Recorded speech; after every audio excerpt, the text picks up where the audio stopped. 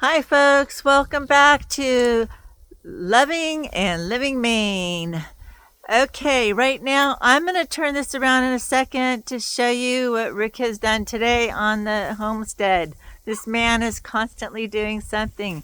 I don't care if it's the chickens or the Caternix quail, if it's gardening, if it's concrete, yard work.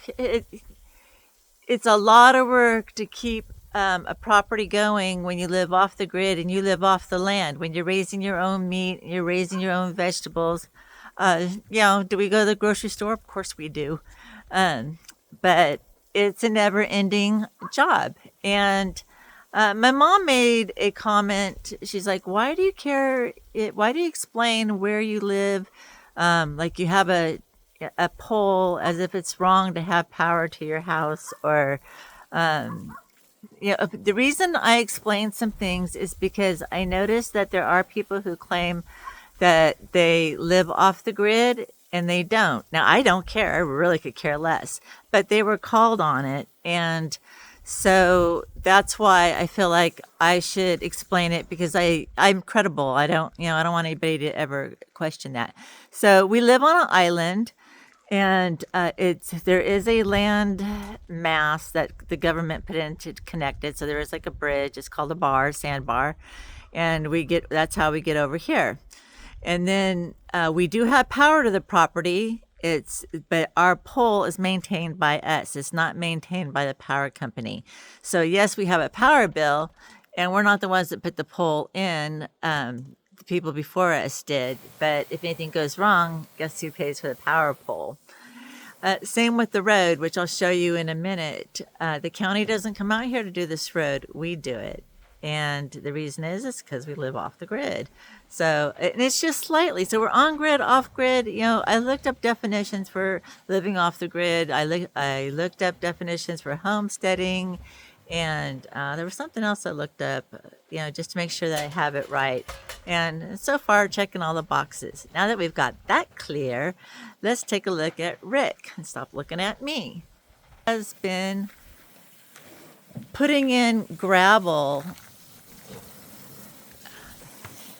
all along the side of the house here. That part of the house is gonna be fixed here next, but is to match what he did over here. You want to talk about what happened? Because the other video got lost. I put him on the spot. But he's good at that. First, this was all weeds. Just all solid weeds. So I took out the weeds. I first put the concrete in. It's just me, so I just made squares at a time. And yes, each one of these individual squares, he's done himself, and I'm going to show you more in a minute. Keep going. Sorry to interrupt. This stuff here, the snow did that. I had no idea that would happen, but it actually looks good. It does look great. Exposed the rock. That's it. I put that down, and I put visqueen down, and put rocks on top. And tore out the old visqueen, right? So, what's that? And the old visqueen, where's that? There's no old visqueen. All gone? It's under the rock. Oh, it's under the rock. Okay. Well, it used so to the weeds stick. don't come up. It used to stick out. That's why I'm asking. Okay. That's fine. Later on, all that you see that's red. I'm gonna take it all out and concrete all that. Mm-hmm. That's next year's project. Okay. This year, I'm almost done with the front here. I'm putting rocks down and over the visqueen. And I cut the visqueen off around the rocks. So the lawn will grow on this side where the truck tire is. There'll be lawn there, and I can hedge it real easy. These big weeds, rocks. No weeds. I hate weeds growing. So yeah, the weeds are not fun. These big rocks. I want you guys to know that he brought in himself and laid them by hand. That was a lot of work to get all those rocks. These rocks here I really like. They kind of level themselves off. Those are beautiful. Now, are those ones that you collected? You did, because we didn't buy big ones. So he's been collecting these big rocks, and the little ones we bought though. We just bought how much today? Just half a yard. It all fits in the truck. Half yard. Okay. And the same thing over there, except for I see there's missing concrete. Those were laid. I took them out because I was short over here, and I wanted to get that done. So I took out the tan and the white and put them over there. Okay. So there's missing 3. No big deal. I'll make them up tomorrow. Yeah, because he makes these all the time. And so here's another thing that he does. So see, these are just, that's sea glass and pottery that was collected. And other ones are just stones that he hand selects, and he creates those. And, some are by design and some are plain. It just depends. These are things that he does. He also sells, but this is going to go worldwide, this YouTube. We're also switching over. So he's done the garden. I've shown this before, where there's 4 beds down there that he created, that he built, raised beds. So we got this going today. This is all about loving and living Maine, and these are the things that we do. We're switching over from annuals to perennials. Now we have marigolds because marigolds are a deterrent for deer. And we have a deer problem. We have a fox problem. There's raccoons. There's everything. That. Oh my gosh. If there's so many different animals that are here in Maine. So let me show you around a little bit more. But we did got a few perennials that are going in here. And we have some herbs also. That's mint. That was here when we got here. This is new. Let me show you a little bit around our property a little bit more. So if you go over here, we replaced some of the boards on this bridge. I'm getting cold here real fast because the sun's gone down. Very old apple tree. So he has worked on this bridge here that goes to the other side of the property. This creek here is almost year-round until now that it's summer, it's starting to dry up, and it goes straight into the Atlantic Ocean. He has cleared out a bunch of that as well. An old wreath right there. Look at that old wreath. That's our Christmas wreath. All right. So, it's pretty cool that he, I'm in the wrong dress for this, that we have our little bridge here. He has some more to do, so he's got some logs there. He has plans on doing some more work. I'm in sandals. Let's see what we do. Even though they're decent, I also know about mosquitoes. You can see them flying around. So he's starting to work on a path up there to the back of the chicken coop. But you can see how heavily forested it is around us. And that means wildlife. That means deer. And that means little critters that want to get our chickens and our quail and our food. So it's kind of a constant battle. But homesteading, one of my previous videos. So you think you want to move to Maine? It's a great idea. Why not? It's gorgeous here. This is the land of. It's for vacationers that like to come here. But if you like to do any kind of sports whatsoever, if you want to live off the land, you've come to the right place, because it is gorgeous. But it's a lot of work if you would decide that you want a homestead. If that's your dream, I wish everybody would grow their own food. I really do. And there's a reason for that. If we were more self-reliant on what we do for ourselves, it would be a way better world, I'll tell you what. All right, ahead of us is the Atlantic Ocean. And let's see, what else can I tell you folks? Well, as you can see way up there, still more forest and more forest. What was I going to show you? I guess I was going to show you the power pole. Yeah, that's our power pole that, let's see if we can get it in the shot here. You guys have seen a power pole before, right there. Anything goes wrong with that, it's our responsibility.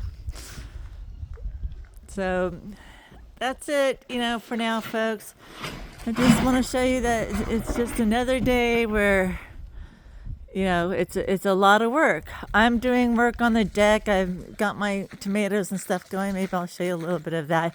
I mean, it's not like it isn't anything that, because you do your own most of you, or a lot of you, do your own gardening, and you know how to plant a tomato, you know how to plant a flower. But when you start doing it on your property because you've made the choice to homestead, it's going to be a lot of work. It's never ending. And that's the beauty of it, is that it's not ever ending, because you're so proud of what you accomplish when you're finished, almost so proud that you make a video of your work or your husband's work or your wife's work. Then you cut the visqueen, is what he's saying. He's going to cut the visqueen now. So, yeah, see, so for those of you that want to get rid of weeds and you don't know how, you put the black visqueen down first. I don't know if it comes in any other colors or not, but you go to your local Home Depot, Lowe's, Walmart's, or wherever you go shopping. Buy the visqueen, set it down, cover it with rocks, and then cut it out, whatever's left over. And then you don't have a weed problem anymore, because there's enough to do on this homestead that we don't need to be out here pulling weeds every day. I love how you did the big rocks right there, right before the steps. You put in these big rocks right here. I wish I had more to go all the way to there, but I'll do it later. And he will, I believe. Like a walkway to get there. Yeah, a little walkway. It's pretty cool. I'll show you guys the deck later. It's not, right now it's still kind of messy because I've been working up there and I'm not finished, and I am doing the videos. These are something that he planted recently. These are perennials, one on each side, and they'll pop in the winter time, because in Maine, when it gets cold and it's snowing and stuff, this stems will still pop, and it's going to end up with some white flowers. We also have a snowball tree here. I still don't know what that plant is, and I've asked other people if they knew, if they would put in the comments what it's called. I know it's common around here. I know somebody out there knows what it is, and I know there's some use for it. Like, I'm pretty sure the leaves, the thing is I don't want to eat it just in case, but I'm pretty sure the leaves are like richer nutrients than spinach, if that's the plant I was told about. So look at this road. This road was just completed recently, like a couple of days ago. And you either do it yourself with a tractor, and you have to go get all the supplies, and you have to bring it in. And believe me, that takes a very long time from where we're at. It takes us, we timed it before, I think it's 11 minutes, somewhere between 8 and 11 minutes, because it really does depend, on the road conditions. At the time, there have been big potholes, but no county's going to come in here and do this for us. It's just not going to happen. We have to take care of it ourselves. So if you're thinking about homesteading, if you're thinking about doing so in Maine, and you're buying property that's, may already have a house on it, or or even if you're gonna build a house or whatever, homesteading is a lot of work. Okay, here's something else that Rick has created. He was a concrete finisher. This, and I'll explain that, and I've explained it before back there. I know that does not look right. He put in this grill and these benches, and he'll do this for anybody that wants that done for them. He also, makes those quail cages and chicken coops. There's a million things that Rick can do. So, yes, he's working here, but if there's something that you want, he might be able to do a job for you as well. Let me show you the front of him again. I have shown him before. You may have seen him before, but it's needed. when you show the back, it just looks inappropriate. So he showed the front. This, from what I understand, what I'm told, is supposed to be kind of like a totem of good luck. It's a sailor. He looks Native American, like a Native American, and then this, but he also looks like a fisherman because of the hat. So it's really hard to tell. But it's overlooking the ocean to make sure that safe voyages and stuff. Now, right in here, it is so rocky. But when it's high tide, and I keep telling you guys, I swear I'm going to get you guys a video with high tide one of these days. These, you don't see any of these rocks. You don't see any of the moss. But I tell you what, there's some mussels under some of this, that moss out there, and around those rocks and everything. Some great mussels. Okay, this is only part of the property, and we only have, in case you're curious, you don't have to have 100 acres. You don't have to have 200 acres. It's nice, yeah. But we have about 5 acres. Now, it was supposed to be more than that. We were told when we came here and started looking at the property, what got us here, all the way, we go clear across the nation to look at this property. We get here, and they changed it to, oh, by the way, it's going to be, shoot, I should erase that out. No, that's okay. There's so many streets named that. Roads need that. Anyway, they told us, oh, by the way, it's only going to be 4 or 5 acres. And I thought right then, well, we're not buying this one. Let's go see the other properties. And we looked at properties for, a long weekend. We saw many. I mean, we really, really, really just fit in as much as possible, as quick as possible. And there was one other property. I gotta tell you one more story. My wonderful husband asked me to make a list right before we left California, when we were considering moving, and we were looking into different states, and he said, I want a list of everything that you want in your dream home. And I made him a list, and he found my dream home here in Maine. Now, but it wasn't here. It was in a town called Howland, Maine. And it had everything I could ever want for the most part. It had had a hot tub, in the ensuite. And I mean, it was nice. It was new barn doors because I wanted that because that was a thing back then. It had a media room the size of a small theater. I'm not joking. Complete with a popcorn maker and definitely everything that you needed. Sound-wise, the system was, state of the art. This place was wonderful. It was somebody else's retirement. See, that's the other thing. You want to move to Maine? Those mosquitoes, man, they're everywhere. So, anyway, when we were moving, we didn't move here because of COVID, but when we did start to move, COVID was beginning to hit. And this place had the ocean. The other place had the river, but you couldn't see the river from the house. And this place already had a garden area. Not the raised beds and stuff, but it had a fenced-in area. And so it wouldn't be too difficult to put in a garden. And up at the barn, they already had spaces for chickens and also rabbits. Now, mind you, we lost them all because it wasn't done right the first time, and it's, unfortunately, but Rick has had to fix that as well since then. So I do deck gardening because that's what my back can handle. I've already explained before, I have physical limitations. So I want to participate in the gardening. Now, I will get out there and I will do some stuff. I do what I can. He raised those beds just for me. But this is also kind of my favorite thing to do is the deck gardening.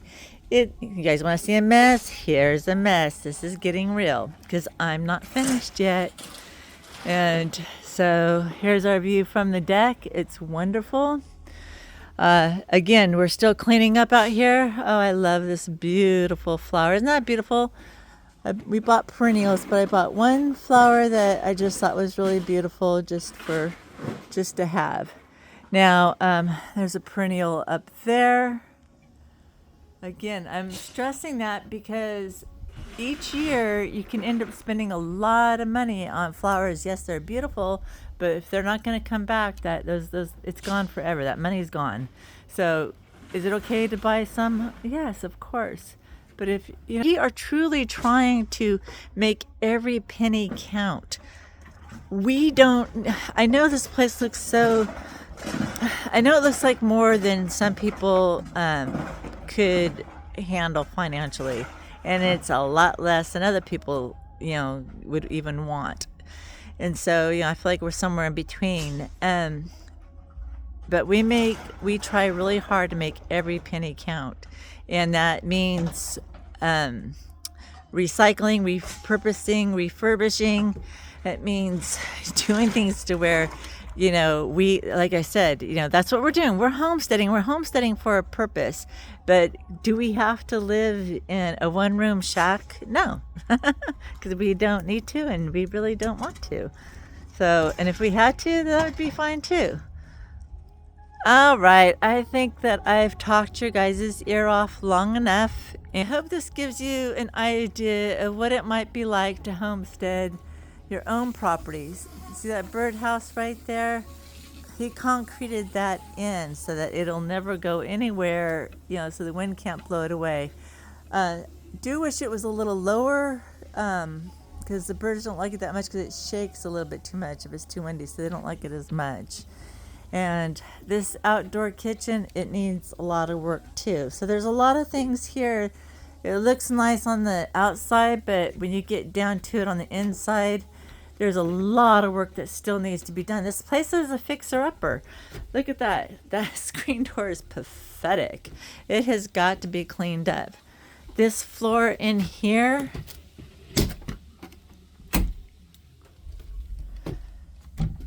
when you feel it, I don't know how to explain it. It needs replaced. Let's just put it that way. This needs cleaned out. We're only two people, but these two people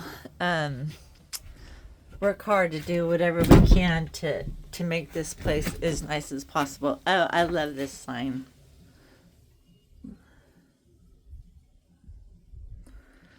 Are you getting that? By the way, we don't even drink. So if you have this outdoor kitchen, and then there's a bar area on the inside, there's glasses and all this other good stuff. But up here, this wraps around the house for the most part. We feed the wild birds and some of the animals. I do some of my filming back there because also these woods here, they'll lead to the ocean eventually. There is nothing in between. There's just whatever's back there is back there. And I hope it stays back there. But I've seen ptarmigan and, if I'm saying that right, deer. I've seen moose, but not here on this property. But back here, I've seen it all. We've seen Maine coons, and look at this, right here, this mess right here. That was an art. There's a lot of stuff here that came with the property that we still have to clean up. Nobody's complaining. I'm not complaining. When you want to buy a place here in the state of Maine, so it's different. So when you buy a place in California, you buy a place here, the laws, the rules, it's different. So there's things here that you could not get away with in California when selling a house or buying a home. There's no way. So make sure that you have somebody come in and do an inspection first. I mean, that's just common sense, and it's done in most states, but not everywhere. Make sure you have an inspection done, and then you might even want to have two, because you know what? We had an inspection done here, and you know what happened? The place needed a new septic after we moved in. That was not disclosed. Then we had to get a new roof. So that all had to be done in order for the place to be insured, which was crazy because honestly, I think that it was fine the way it was. It was old, but they had gone over it themselves, I guess, the previous owners, and I think they did an excellent job, but it was considered a patchwork, so it didn't count. That should have all been disclosed in the inspection, because that was big, big, big plumbing problems. There's been a lot of money that has had to be put into this house, and it's not completed yet, as you can see. I watch other people buying these old homes here in Maine, and they're over 100 years old. They're charming. But oh my gosh, you're going to have to put a lot of work and a lot of money into reinforcing them, especially the roofs that are caving in. Keep in mind too, when you're moving to Maine, it gets cold in the winter. It's going to be cold, and if you're not used to being cold, and I've lived in the snow, but it's a whole different ball game here. So unless you're from Pennsylvania or Massachusetts or someplace like that, you're not going to be used to it, and you're going to want backup. You're going to want at least a minimum of 2 different sources of heat.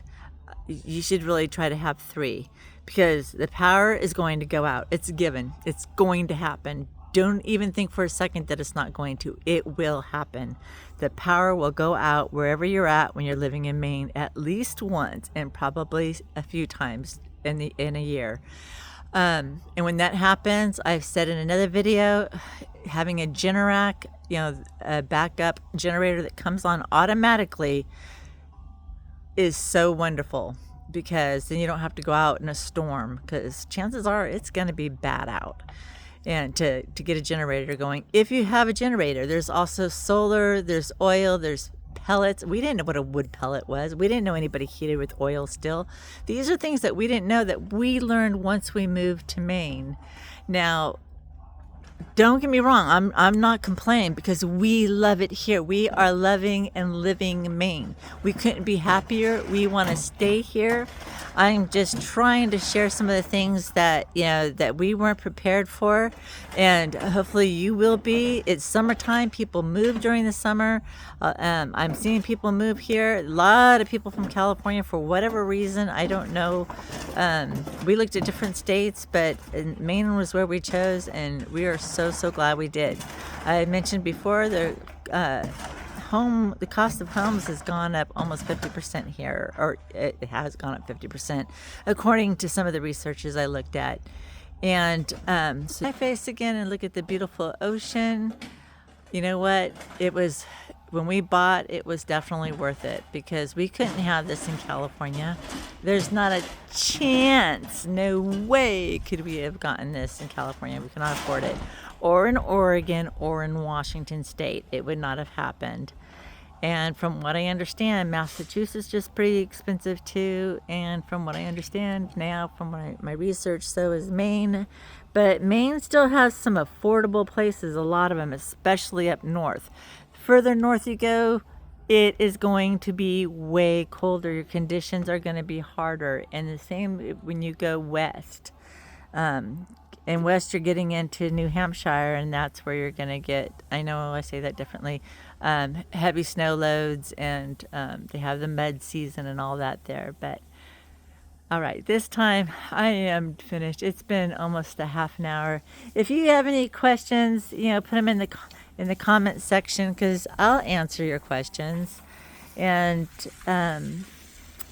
otherwise, you know what? I'm just going to keep doing these videos. Have you subscribed yet? If you would, hit the subscribe button or the like button if you liked anything about this. He's cleaning out the truck right now, because that's got to be finished also. You can't just drive around with all that mud. And the sun's getting ready to go down, but he's still working. And there's our Tula. Tula, come here, my doggy. Come here, my doggy. Come here, my doggy. Come here. Come here. Oh, this is my doggy. She's so precious. Everybody has to give a like for Tula. All right, folks. This is it. Now, see you later. Okay. Bye.